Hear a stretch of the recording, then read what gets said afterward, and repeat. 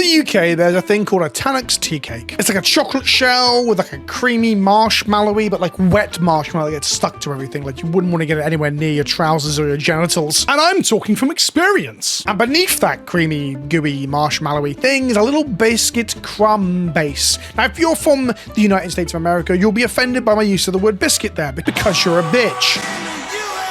Well, that's a Tannuk tea cake. And in Magic the Gathering, we've now got Tannuk. He's got 2 cards, one of which is a commander, lands, enter, ping, ping, ping. This is Tannuk Steadfast Second, which is a 4-mana, 3/5 legendary creature, cavalry pilot. Other creatures you control have haste, and artifact cards and red creature cards in your hand have warp. Warp says you may cast a card with warp from your hand. For its warp cost, exile that creature at the beginning of the next end step. Then you may cast it from exile on a later turn. And thus, ETB triggers are good with warp because you get to get an ETB trigger for the 3 mana and then cast them for a bigger thing later.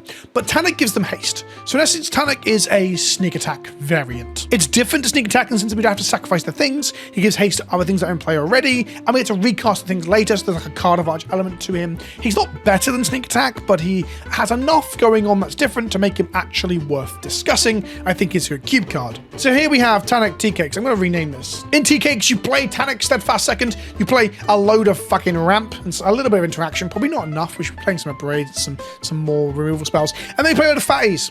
And the idea of Tannuk is to warp them in. So we go turn 3 Tannuk, turn 4 warp in and overlord the boiler burgers. It enters, it triggers, it shoots something for 4, it then goes to combat and attacks thanks to the haste from Tannuk, shoots something for 4, hits them, goes back into the exile zone. Then with the impending, we can cast on the following turn for 4 mana to get another 4 damage out of it, or if we got up to 6 mana, we can just cast overlord the boiler burgers for its full fat from the warp zone for another run at it. And then we got some other stuff. Look, like Calamity, Galloping Inferno is good to have alongside an overlord to duplicate an overlord or to duplicate a twin flame tyrant. Honestly, I was playing 4 of them and they were just like gunning up my hand. When I cut down to 1, I don't see them at all now. That's just how maths work, I guess. Clive is a warp it in, discard your hand, draw cards equal to your devotion. If there's a Clive and a Tannuk in play, that's discard your hand and draw 4. Seems okay. Then it flips and does some stuff, but I'm not reading all that. I'm happy for you, I'm sad for you, I just don't know. Dragonhawk, Fate's Tempest is pretty sweet. 5 mana, 5/5 flying. When it ETBs or attacks, you exile X cards to your library. X is equal to the number of creatures you control with power 4 or greater. So that's usually going to be 1 or 2. And then you can cast them this turn. If you don't, they deal 2 damage to the opponent for each card you didn't cast this way. So it usually enters, triggers, attacks, triggers, and does another 4 damage at the end of turn. That's a 9-point swing. Terror of the Peaks, you all know it, you all love it. It's $20 because all the commander players can't stop rubbing it all over their mouths. A filthy little shits. It's a 5 and a 5/4 flyer that has a thing that shoots them for damage when they get spells cast against it, but mainly when another creature enters the battlefield under your control, it does damage equal to its power. So it makes your boiler burger do 5 damage ETB, it makes your twin flames do 3. It's just another way to just push out damage in our big fatty deck. And then I'm playing a one of that's fun. That's right, I'm explaining the joke. It's a twin flame tyrant, 5 mana, 3/5 flying. If a source you control would deal damage to an opponent or a permanent an opponent controls, it does double that damage instead. So if you have this in play and you make a boiler burge, that's 8 damage to the face. If you just play this out off of Tannuk and swing, you're getting 6 damage in the air. So on and so on and so on and so on. And then we have some lands. Caverns are probably bad, they keep fucking my mana up, and I think we need more interaction, but on the whole, this is the deck. Smuggler's Surprise is like the other way of just putting 2 fatties into play for 6 mana. Essentially, it allows you to put like a Tannuk into play with a hasting creature for like a permanent thing if they're both in play in hand. It allows you to put Twin Flame Tyrant and Tower of the Peaks in play, which allows you to do 6 damage to any target and things like that. It allows you to do little pseudo combos, if you will. Let me know what you think of tea cakes in the comment section below. Big shout out to Wizards of the Coast for the hashtag free preview, hashtag early access. And if you're buying cards in North America, go to coolstuffinc.com. Use the code KENOBI at checkout to get 5% off your order and help support the show, baby. And if you're in the old world, over in Europe, it's magicmadhouse.co.uk.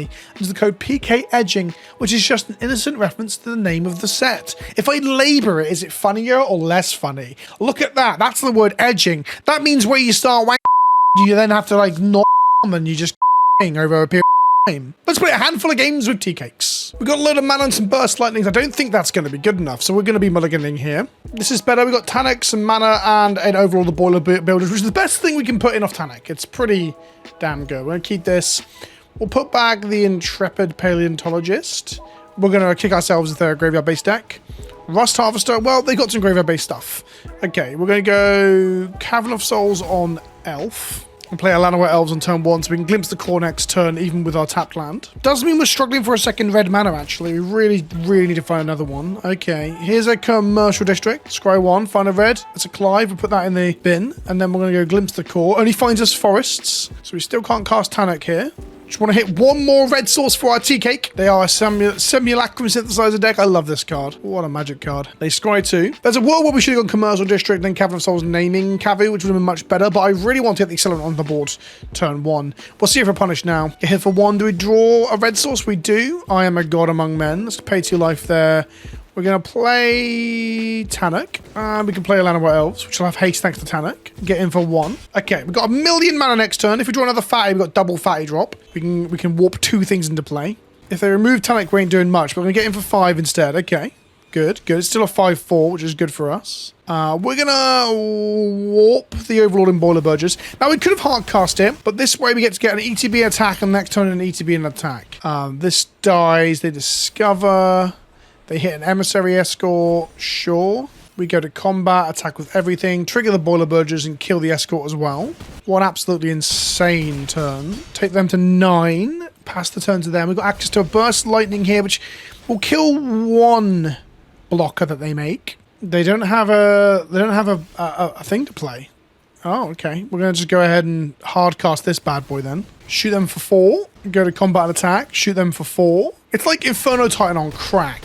This deck is interesting. There's probably a version of this that's... yeah, I had loads of fun. Don't know about my opponent. There's got to be a version of this that's competitive, right? With Captain Tea Cakes at the helm. It's early morning, so we got the rematch here. Let's give this a go. This hand is significantly worse than our last one, I guess. Let's go Forest to Llanowar Elves. Just ramping into big stuff is pretty good. That's a thing we can do without Tannuk the Tea Cake, making things easier for us. The Rust Harvester. We're going to Surveil 1. Leave Dragonhawk on top. Go get a Forest. Oh, I should have surveilled after that. That was fucking stupid. I just wasted a Surveil. Oops. Magic is hard. They play a Cavaron Harrier. Whenever this creature attacks, you may pay 2 if you do make a robot. Wow. Okay. Pretty reasonable magic card. We're going to go ahead and shock this in and just slam a jam a Twin Flame Tyrant. So now, if a source I control would deal damage to an opponent or opponent controls, just double that damage instead. Makes overall the Boiler Burgers kind of redonkulous. 8 damage point swing. But of course, our Boiler Burgers won't have haste this turn unless we just draw Tannuk off the top. But then we're able to cast the Overlord this turn. They're going to Zoetic get this on the go. Yep, sure. We'll block we can't block a 1/1. Okay, we'll just take the damage. These 1/1s got menace. We go to 10. A Cavern of Souls on Carvu. Probably should name whatever this is. Avatar. That's a magic. The Gathering set. I think we just slam a jam it as a blocker as well. Now, 8 damage to the face plus 6 is 14. This does not kill them, so we have to just shoot this. Get that out of the way. They discover 3. They hit Zoetic Glyphs. They get a 5/4 with Menace. Whoa, boy. I'll get in for 6 here. Oh, we die. We die. Good game. If I'd left 2 blockers up and then swung on the following turn, that's a much safer line. I guess I wasn't playing around the 3rd Zoetic Glyph. That was sweet. That was really sweet. We're into Croakies. He's famous on the internet. We've got ramp into a thing, but we really want to get Tannuk to get that combo off. A Underground Mortuary from Croakies. We're going to go ahead and Surveil 1. Final land, keep it on top. We might just be casting 5 drops here. Big green red. Get in for 1. Overlord of the Belmer. This is going to give us some information. That's an Esper Origins into the graveyard and a Seed Ship Brood Tender. When he enters mill 3, sacrifice for turn a thing. Okay. Some form of reanimate. Okay, we ain't got much here, kids. We ain't got much, so we're going to get into the red zone here. Annoyingly, the reanimate creatures are 2/3, so we can't even kill it with a burst lightning if they were to play it this turn. They play another Overlord of the Belmurk to fill up their yard. Llanowar Elves in a swamp, pretty unlucky. I guess Esper Origins might do something out of this. There's our Llanowar Elves, sure. We're going to burst lightning that on their end step. I say end step, we're going to do it in the middle of their turn to flex. The Overlords tick down. We drew Intrepid Paleontologist. We're going to go Forest. I think we're just going to play Terror of the Peaks here. It's a real magic card, honest. It's worth money because of commander, but it's, you know, it helps to combo finish people and stuff. I'm assuming they are reanimated and they've not hit what they need. They get to Surveil 2 here to put more things in the bin. Another Llanowar Elves. Feels like they're getting a little bit unlucky, but that'll teach them to play the ugliest Llanowar Elves that's ever existed. They now have a 4/4, sure. What does this 4/4 do? Reveal top card of your library. If it's a creature permanent card, put it in your hand that makes green mana. Other creatures get pumped. Okay. So we got Tannuk here. We can smuggle a surprise, gain haste. That seems pretty good. Let's do this. Oh, we're 1 mana short from doing this. Okay, we're just going to play a Dragonhawk then. This is going to enter. It's going to exile 2 cards from our library. We're going to shoot this for 5. We exile 2 cards from our library, which we can play this turn. Any cards we don't play, ping them for 2. We'll play the starting town. All attack for 5. Take them for 15. Pass back to them.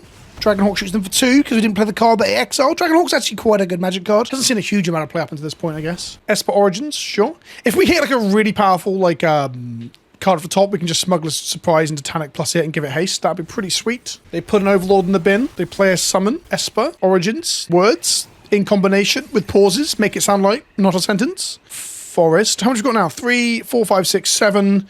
This costs 5, 6, 7, 8. So that's not very exciting. I guess we just play a Tannuk.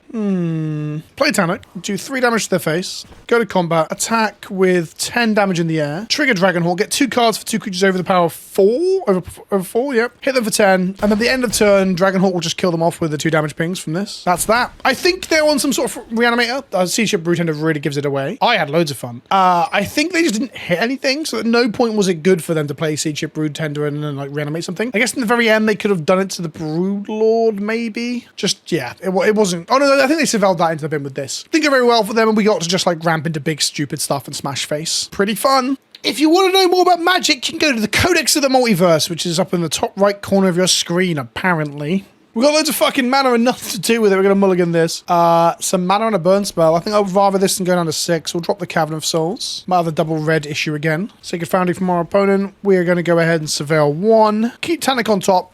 It's part of a combo, I guess. Gotta find the fatty too, though. High Noon. Gonna cast 1 spell a turn. Absolutely fine by me, friend. Let's go ahead and play Glimpse the Core. It's gonna force that they can't just blow up.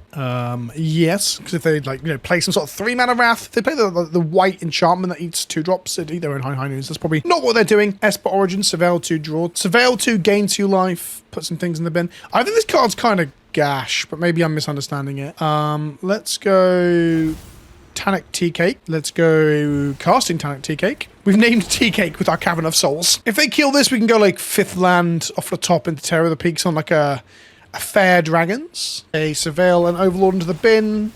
I guess this is maybe some form of Reanimator again, but in these colors. Oh, is it Enchantment Reanimator with Yuna? Is that what this is? We're gonna warp this in, kill this summon, and then just dome them for 12. 5 plus 3 plus 4, right? Bang, bang, wham, bam, Tannuk Tea Cake Man. The High Noon's slowing us down, though. If we hit a land drop, Is it? Actually, no, it's not. No, it's not. Sorry, we're miles away from double warping. They killed Tannuk. Absolutely fine. We untap and draw Burst Lightning. We're going to go Paleontologist here. We're going to go looking at some maps. That's what paleontologists do, right? They're famously map people. Torch the tower, sure. Our paleontologist is gone. Fizzles the map. They untap. They play Yuna. Okay. I think we're about to get, like, standard fucked. Oh, boy. That seems good. Life linking, trampling, warding, thingamabob. Okay, we're going to untap. We're going to draw Boiler Burgers, and because of the Cavu name on Cavern of Souls, we got fucked. I think one of the weaknesses of this deck is playing the Cavern of Souls, if I'm completely honest. I think we should not be doing that. Let's play the Paleontologist. Let's map. We can't just concede in the face of adversity. We hit our land drop. The High Noon actually is really good. Because like we can't even like double Paleontologist last turn and things like that. So I say really good. It's functionally quite good. They get a land off this. More importantly, they're going to hit us for 9 and gain 9. That's a huge life point swing. Batter Skull, eat your bony heart out. Overall, the Boiler Burgers to kill my Mana Dork. This has lifelink too. Oh god, kill us for 4. We are fucked. Good game. This deck is actually insane. Like, really strong. We could let them go again, but I don't think we need to, right? You don't need to... No one needs to see the Yuna enchantment deck with no new cards do its thing beyond that. That was powerful and impressive. We got ruined. All right, once more around the mulberry bush, this time with a paleontologist holding our hand and showing us where to go. I'm going to keep this. We've got like turn 3 Overlord of the Boiler Bilges as a removal spell. Got Burst Lightning in case they're into some sort of aggro deck. Yeah, let's go for that. This seems okay. We're going to go Stomping Grounds and do the fucking Cavern of Soul. I don't know why I shocked that in. Oh, I guess we can bolt them. I should have played this. I was thinking this was an elf. Ignore me. It looks like we've got a green or a red spell here, opponent. Or maybe just a red spell. They play a Voice of Victory, which means this doesn't do anything anyway. That was really fucking stupid. Anyway, here's the Thornspire Verge. Here's an Intrepid Paleontologist. Next time we can kill the Voice of Victory, which is something. They're on white-black, I'm assuming, but we'll soon see, I guess. White-red, maybe. Make 2 1/1s. Go to blocks. Block here. Please don't have a random pump spell. Go to 16. I think into the a white weenie aggro deck, or in this case white-blue weenie aggro deck. Us shocking that land in was very fucking stupid. Like, beyond stupid. Okay, we go starting town, because it comes to play on tap this turn. We're going to impend this, kill the Voice, pass back to them. God, the art for overall the boiler burgers is so good. The engine room of the house has come alive. Seam rip our dork. That seems reasonable. Second spell, make a 1-1. Oh, when you draw your second spell. Okay. They can crew this, though. Hit us for 4. Ouchie, wow, wow. We drew an intrepid paleontologist. So I'm going to go Thorn Spire Verge. We can go like ramp. Get hit for 4 again. That seems okay. Play this. Play this. And this means we can slam a jam a full fat Overlord of the Boiler Burgers next turn, which we'll be able to kill a 1-1. I guess we can shoot face if we have Burst Lightning to kill her. We don't have Burst Lightning. If we draw a land, which we have a land in hand. We don't need to draw land. We've got one in hand. God, Magic is fucking hard. They're drawing cards. Whenever we draw a second card each turn, we create a 1-1 colorless Thopter. There's so many Thopters in play. Crew the 4-4 into the red zone. I don't think we're going to stop them crewing it next turn. Go to 8. We untap. We drew Clive. Do we play Clive? No, Clive's bad here. Cavern of Souls, naming... What is Clive? A human noble warrior. Let's go human. I think we have more. We have at least 2 types of human in our deck. Let's go Boiler Burgers. Let's go full fat. Let's go kill a 1-1. Fuck, that's bad. Kill the flyer. And then, like, they're being able to crew anyway, so we're just going to hold the Burst Lightning to kill, like, a 1-1 flyer or something. Or kill a blocker, perhaps. Maybe that's the better way to do this. Maybe playing Clive to allow it to, like... Oh, no, its activated ability is sorcery speed. Cringe. Oh, boy. United Battlefront. They get to get 2 non-creature, non-land permanents that have value 3 or less and put them into the battlefield from the top of the library after looking at 7 cards. I really like this card. So on the blue-white artifact deck, just with stuff I hadn't seen before. Moonlit Meditation is sweet. They get to make more of these planes now. That's really sweet. I like that a lot. Oh, I need to play that. United Battlefront into Moonlit Meditation. Now they can... draw a card off that and make 2 Thopters. Wow, weewah. That's pretty good. They have to get us for 4 here. And then without a clear way to blow up these artifacts, we need some like sideboard stuff, right? My life for a Vandal Blast. We get Ford here. And a Burst Lightning, this 1-1. If we draw like the dragon that doubles damage, maybe we get there. We did not. So we're going to play Clive. Discard our hand and draw 4. And it's certainly not enough. Good game. Okay. We just get in for 5, shoot a thing for 4. It's just not good. Then we die to the Thopter Fabricator. What we'll do, we'll pass back though. We're not going to scoop up. We're going to let them make tokens and make multiple Thopter Fabricators, I guess. They live on 19. We are dead. As you see, the deck is a lot worse without Tannuk. Maybe we're playing too many like high-end fatties that don't do enough. Or actually, maybe that is the case. Maybe we're not playing enough interaction too. Like imagine if we had like an Abrade at any point in this match. How different it would be. So I think that's the way you push this deck into being a real deck, is to play some number of braids within the deck. They make a load of tokens there. They made 2 Thopter Fabricators thanks to Elspeth's static ability, which is pretty sweet. Then they made 8 1-1s by drawing another card off of the Caretaker's Talon. This is sweet. This is really cool. I like this a lot. It's like an exponential like value engine that once it's online, it's very hard to fight back from. And our deck's doing very dumb linear things. Thank you for watching. I hope you enjoyed the video. There'll be more on the channel soon. I'll see you later. Be good to one another. It's tough now.